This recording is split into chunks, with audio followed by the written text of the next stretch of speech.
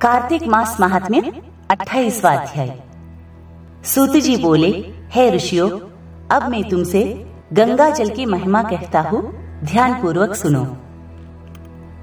भगीरथ के कुल में सौरदास नामक राजा का मित्रसह नामक एक पुत्र था, जो गुरु वशिष्ठ के श्राप से राक्षस हो गया। परंतु गंगा जल के प्रभाव से वह भी भगवान के परम पद को प्राप्त हुआ।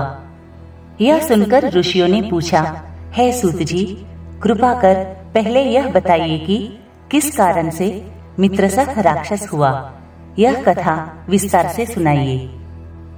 ऋषियों की ऐसी विनती सुनकर सूत जी बोले, हे ऋषियों, एक समय धर्मशील राजा मित्रसह अपने कुछ साथियों सहित शिकार के लिए वन को गया। वहां जाकर उसने अनेक मृगों का शिकार किया। फिर थकान होने पर वह नदी के तट पर आया। रात भर वह नदी के तट पर ही रहा और प्रातःकाल होते ही वह पुनः शिकार की खोज में चल दिया। कुछ दूर जाने पर उसने एक कंदरा में एक बाघ एवं बाघिन को सहवास करते देखा। उसने बिना सोचे समझे तत्काल धनुष पर बाण चढ़ाकर छोड़ दिया। बाण बाघिन को लगा और उसने तत्काल ही प्राण छोड़ दिए। यह देखकर बाघ क्रोधित हो उठा और राक्षस का रूप धारण कर बोला, अरे राजा, तुमने मेरे साथ घोर अन्याय किया है। मैं तुमसे इसका बदला अवश्य लूंगा। इतना कहकर वह राक्षस दुखी मन वहां से चला गया। कुछ वर्षों पश्चात राजा मित्रसह ने अश्वमेध यज्ञ किया, जिसमें अनेक ऋषि मुनि आमंत्रित किए गए। गुरु वशिष्ठ ने ब्रह्मा विष्णु आदि देवताओं को हवि देकर यज्ञ समाप्त किया। तत्पश्चात स्नान करने के लिए नदी के तट पर चले गए। वशिष्ठ जी के यज्ञ मंडप से जाते ही वह राक्षस, जिसकी स्त्री बाघिन को राजा ने वन में मार दिया था, बदले की भावना से यज्ञ स्थल पर आ पहुंचा। अपना बदला लेने के लिए उसने गुरु वशिष्ठ का रूप धारण कर लिया और जैसे जाते जाते कोई विशेष आज्ञा देने आए हो, इस प्रकार आकर राजा मित्रसह से कहा, हे राजन, आज हम मांस खाएंगे। हमारे भोजन में मांस भी हो। यह कहकर वह चल दिया।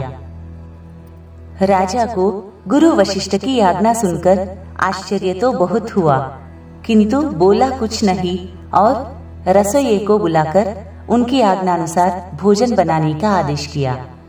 उधर राक्षस ने राजा के रसोइये को अपनी माया से वहां से हटाकर उसका रूप धारण कर मनुष्य का मांस पकाकर रख दिया।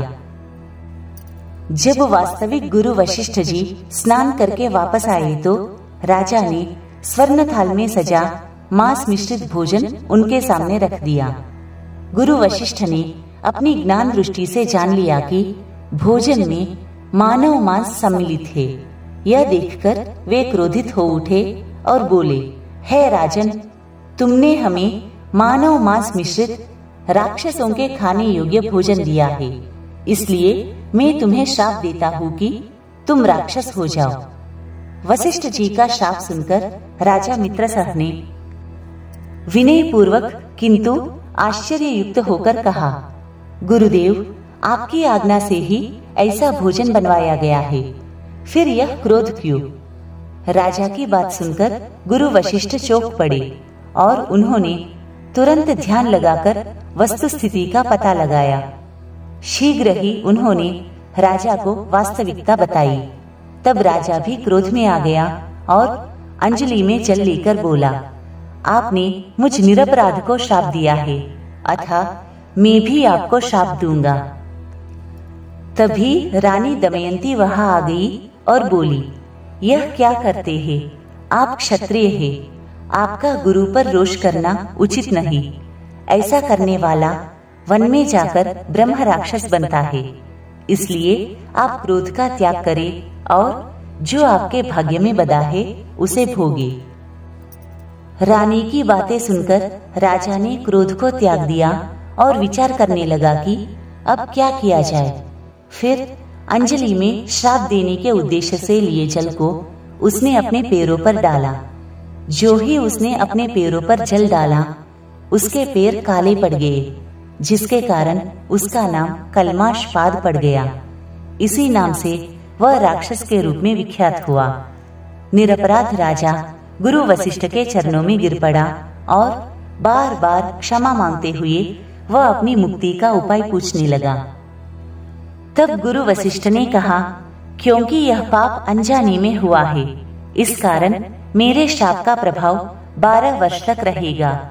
इसके पश्चात तुम अपने वास्तविक स्वरूप को प्राप्त होकर अनेक वर्षों तक राज्य सुख का भोग करने के पश्चात गंगा जल के प्रभाव से मुक्ति प्राप्त करोगे तथा भगवान विष्णु की सेवा करते हुए अनंत काल तक विष्णु लोक का सुख भोगोगे।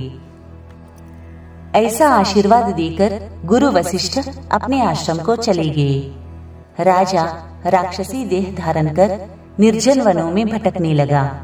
कई वर्षों तक अनेक कष्ट भोगता हुआ एक दिन वह राक्षस नर्मदा नदी के तट पर आया और वहीं रहने लगा। वहीं पर मांस भक्षण करता और जहां तहां विचरता रहता। वहीं विचरते हुए एक दिन उसने एक मुनि को अपनी पत्नी के साथ रमन करते हुए देखा। राक्षस भूख से व्याकुल था, अतः उसने भूखे सिंह की भांति झपटकर मुनि को पकड़ लिया। मुनि की पत्नी ने जब अपने पति को राक्षस के हाथों में देखा तो वह राक्षस रूपधारी राजा से विनय पूर्वक बोली कि आप वास्तव में राक्षस नहीं बल्कि सूर्य कुल में उत्पन्न मित्रसह नामक राजा है। मेरा पुत्र अभी बहुत छोटा है, अतः बिना पति के इस वन में मैं कैसे निर्वाह करूंगी, इसलिए आप इन्हें प्राणदान दे। प्राणदान से बढ़कर कोई दान नहीं है। मगर राक्षस पर उसकी बातों का कोई प्रभाव न पड़ा और वह उसे उसी प्रकार खा गया जिस प्रकार व्याघ्र मृग के बच्चे को पकड़कर खा जाता है।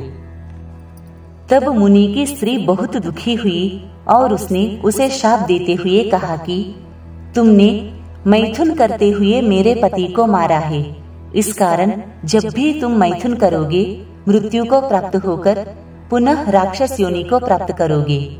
इस प्रकार एक साथ 2 शाप सुनकर राक्षस कल्माशपाद भी क्रोधित हो उठा और बोला, हे दुष्टे, तुमने एक अपराध के लिए मुझे 2 शाप दिए हैं, इसलिए तुम भी पिशाचिनी बन जाओ।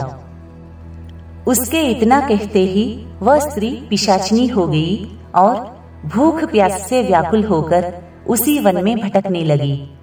सूत जी बोले, हे ऋषियों, इस प्रकार वह पिशाचिनी और राक्षस दोनों घूमते हुए नर्मदा नदी के तट पर एक वट वृक्ष के नीचे आकर ठहरे। जिस वृक्ष के नीचे आकर वे ठहरे थे उस पर गुरु की निंदा करने वाला एक ब्रह्म राक्षस रहता था। उन्हें देखकर वह ब्रह्म राक्षस बोला, तुम कौन हो और किस पाप के कारण इस दशा को प्राप्त हुए हो? तब राक्षस बने राजा मित्रसह ने उसे अपने और पिशाचिनी के विषय में बताकर कहा कि अब आप भी अपने विषय में बताइए। यह सुनकर ब्रह्म राक्षस बोला, हे मित्र, बहुत समय पहले मैं मगध देश में प्रवीण समोदत्त के नाम से एक ब्राह्मण था। मैंने एक दिन अपने आप को बहुत बड़ा विद्वान जानकर अभिमानवश अपने गुरु का अपमान कर दिया। उसी पाप के कारण मैं इस योनि को प्राप्त हुआ हूँ। इस जन्म में भूख से पीड़ित होकर मैंने अनेक ब्राह्मणों का वध किया है। गुरु का अपमान करने से प्राणी को निश्चय ही ब्रह्म राक्षस की योनि प्राप्त होती है। यह बात मैंने भली भांति जान ली है। तब कल्माशपाद ने पूछा कि हे मित्र, यह बताओ कि गुरु की श्रेणी में कौन कौन आते हैं? तब ब्रह्म राक्षस ने कहा, हे मित्र, वेदों को पढ़ने एवं सुनाने वाला, वेदों एवं नीति शास्त्रों का व्याख्याकार, वेदों के संदेह को दूर करने वाला, अन्नदाता, शिक्षक, भय दूर करने वाला, बड़ा भाई, गलत मार्ग पर चलने से रोकने वाला, पिता, ससुर, मातुल, गर्भ से मृत्यु पर्यंत तक 16 संस्कार करने वाला तथा राजा, उन सबको शास्त्रों में गुरु कहा गया है, इसलिए यह सब वंदनीय है। यह सुनकर कल्माषपाद ने फिर प्रश्न किया, हे मित्र, तुमने तो शास्त्रों में वर्णित अनेक गुरु कहे हैं, इनमें कोई बड़ा भी है या सभी समान है? तब ब्रह्म राक्षस ने कहा, हे मित्र, यद्यपि हम राक्षस हैं और भूख प्यास से पीड़ित भी है, परंतु शास्त्रों में कहा गया है कि गुरु महिमा के वर्णन से भी कल्याण होता है। इसी कारण मैं इसका वर्णन करता हूँ। सब गुरु बराबर है और शास्त्रों में इस संबंध में क्या कहा गया है उसे ध्यान पूर्वक सुनो। वेद तथा मंत्रों का उपदेश करने वाला, धर्मशास्त्रों एवं पुराणों का व्याख्याकार तथा उपदेशक, ये विशेष गुरु माने गए हैं। इनमें से भी प्रमुख वह है जो देव पूजन करावे, देव पूजा का फल बतावे अथवा कोई गुप्त मंत्र का उपदेश दे। हे मित्र, मैंने धर्म, अर्थ, काम और मोक्ष प्रदाता सभी पुराण गौतम ऋषि से सुने हैं। सूत जी बोले, हे ऋषियों, इस प्रकार अपनी कथा का वर्णन करते हुए ब्रह्म राक्षस ने कल्माषपाद से कहा कि एक समय मैं भगवान शिव का पूजन कर रहा था कि उसी समय महर्षि गौतम वहां आ पहुंचे और मैं पूजा में ही लगा रहा। मैंने अभिमानवश खड़े होकर उन्हें प्रणाम भी नहीं किया। तब शिवजी ने गुरु का अपमान करने के कारण मुझे ब्रह्म राक्षस बना दिया। इतनी कथा सुनाकर सूत जी ने कहा कि हे ऋषियों, इस प्रकार गुरु की महिमा का वर्णन करने तथा सुनने से उन तीनों के पाप नष्ट हो गए। तभी उन्होंने कुछ दूरी पर गर्ग मुनि को उसी दिशा में आते देखा तो पिशाचिनी तथा दोनों राक्षस दूर से ही कहने लगे, हे महात्मन, आपको नमस्कार है। हमने कितने ही ब्राह्मण खा डाले हैं, परंतु महादेव जी का स्मरण करने के कारण आप सुरक्षित हैं। यह सुनकर गर्ग मुनि ने अपने कमंडल से तुलसी युक्त गंगा जल लेकर उन पर छिड़का। हे ऋषिगणों, जल का स्पर्श होते ही वे तीनों राक्षस योनि से मुक्त होकर देवरूप हो गए। ब्राह्मणी एवं सोमदत्त विष्णु रूप होकर गर्ग मुनि की स्तुति करने के बाद विष्णु लोक को चले गए। उन दोनों के वैकुंठ गमन के उपरांत शाप मुक्त होकर राजा मित्रसह सोच में पड़ गया। उसे इस प्रकार सोच में निमग्न देखकर गुप्त रूप से सरस्वती जी ने उससे इस प्रकार कहा, हे राजन, तुम किसी प्रकार की चिंता मत करो। राज सुख भोगने के बाद अंत में तुम्हें भी विष्णु लोक की प्राप्ति होगी। सरस्वती के इन वचनों को सुनकर राजा प्रसन्न हो गया। उसकी सभी शंकाएं दूर हो गई। तत्पश्चात उसने अपने गुरु का स्मरण किया और गर्ग मुनि को प्रणाम करके गंगा जी की स्तुति की। फिर भगवान विष्णु का स्मरण करता हुआ काशी की ओर चल दिया।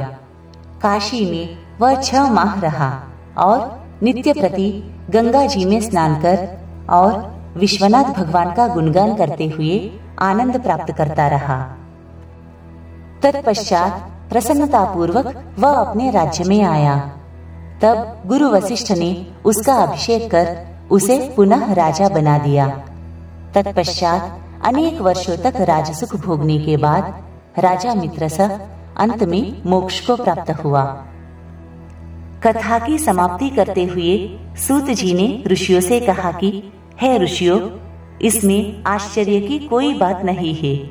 भगवान का गुणगान एवं काशी में प्रवास करने से मनुष्य को निश्चय ही मोक्ष की प्राप्ति होती है। तो गंगा जी में स्नान करने से तो कोटि कोटि जन्मों के पाप भी नष्ट हो जाते हैं।